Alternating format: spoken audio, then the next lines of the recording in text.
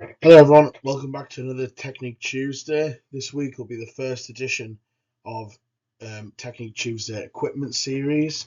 So what we've done is we've covered the main drills in swimming, or what I feel are the top 7 drills, and now we're going to move on to covering the equipment. So starting off with the most basic piece of equipment, but also probably the most useful in terms of the kickboard. So, using a kickboard is the most common way to isolate the lower body, allowing you to develop powerful rhythmic kicking without the distraction of arm mechanics. So, basically, using a kickboard just allows you to focus on that kicking and kicking alone rather than trying to think about what the legs are doing and if you're kicking and how you're kicking, whilst also trying to do a full swim and full stroke. With the kickboard, you can just kick. We've got 3 different examples of kickboards in this top right corner. So we've got a 2-in-1 kickboard, which is a kickboard and a pull buoy. Very useful piece of equipment for saving space, saving room, rather than having to have them separate. It's all in the one piece of kit. You've then got next to it in the top right an alignment kickboard, which is where you put your hands in streamline together through the rubber strap. You're practicing your kicking in that nice tight streamline position, making sure that we're really hydrodynamic cutting through the water. And then we've got the more traditional flat kickboard, square rectangular kickboard, all of which you can do the same things with, all of which will work on the leg kick. It just depends what you think will suit you best or what you feel like buying at the time. If you find that using a kickboard causes any lower back pain, it can be because the board is floating too high, so we're forcing our back to arch. So to fix this, we can hold the board further down, which is going to give you less buoyancy, less assistance, so it's less likely to crank that lower back. Or we can also do this as tombstone kicking, which is where we hold the board vertically out in front in the water, which allows us to create more resistance and force better core engagement.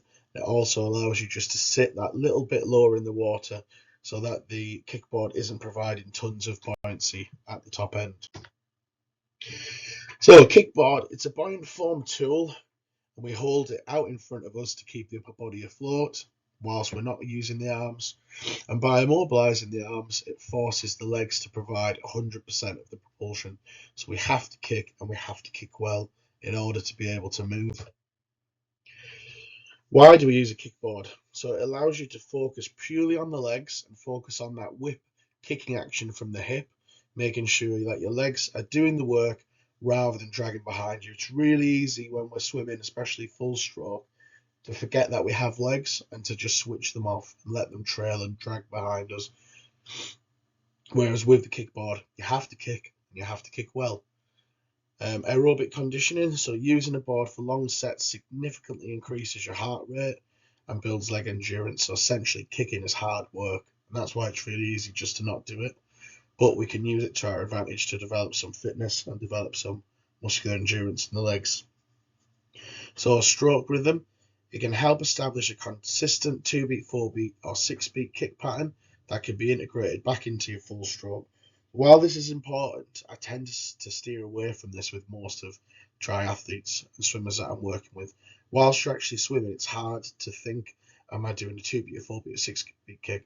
As long as we're kicking constantly and consistently, in terms of every kick looks the same and it's always there, just in the background, giving us that little bit of support, that is good enough.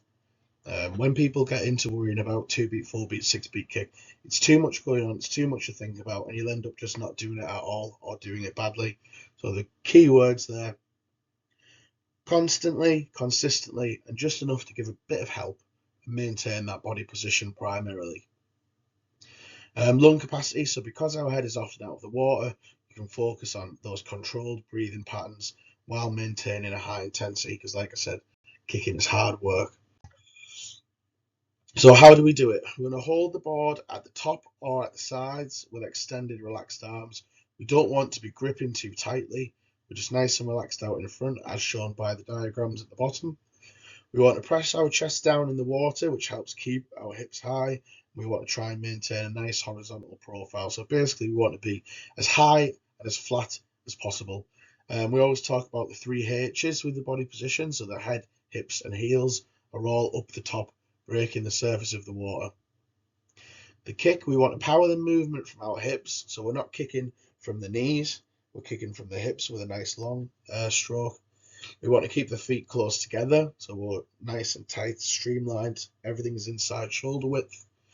And we want to have pointed toes and loose ankles. So we're allowing our ankles to generate that whip at the end of the kick action there by having our ankle nice and loose, rather than if our ankle is flexed, our foot will move through the water rather than our foot actually moving the water. And we want to keep our heels near the surface. Like I said about that body position, head, hips, and heels all breaking the surface of the water. We want to try and create a consistent boil without excessive splashing. So in terms of a consistent boil, if we imagine a pot of boiling water, it's just bubbling at the surface. It's not spraying and spewing and flying all over the place, absolutely soaking and splashing everything. It's just consistent bubbling kick at the very surface of the water. Head position, so we can either have our head up for easy breathing or face down, which is going to give you a better alignment and more relevant to your actual full stroke. So where are we going to use this? In the warm-up, so an excellent way to wake up the legs before the main set. In the pre-set, so to prime the legs for the main set. And for triathletes and swimmers in general, 10 to 15% of our weekly swim volume should be kick. And this helps ensure sufficient leg conditioning, so actually being able to kick for sustained periods and kick well for sustained periods without overtaxing the muscles needed for cycling and running. Some swimmers might even be as high as 15 to 20, 25% of weekly swim volume will be done as kicking, because they need to provide that extreme level of propulsion and be really, really effective with the kicking. Whereas for triathlon, we want to kind of save the legs for the bike and the run. Now, that doesn't mean we don't kick. It means that we are smart with our kicking, and we make sure we're not being over excessive with our kicking in our stroke, and we're not being over excessive with the amount of kick in our training. We make sure that we've got the things I said earlier, a consistent, constant leg kick that's doing just enough to maintain that body position, and that 10 to 15% of weekly swim volume will allow you to do exactly that. Thank you everyone for listening. That's been the first edition of Technique Tuesday Equipment Series. Any questions, drop me a message.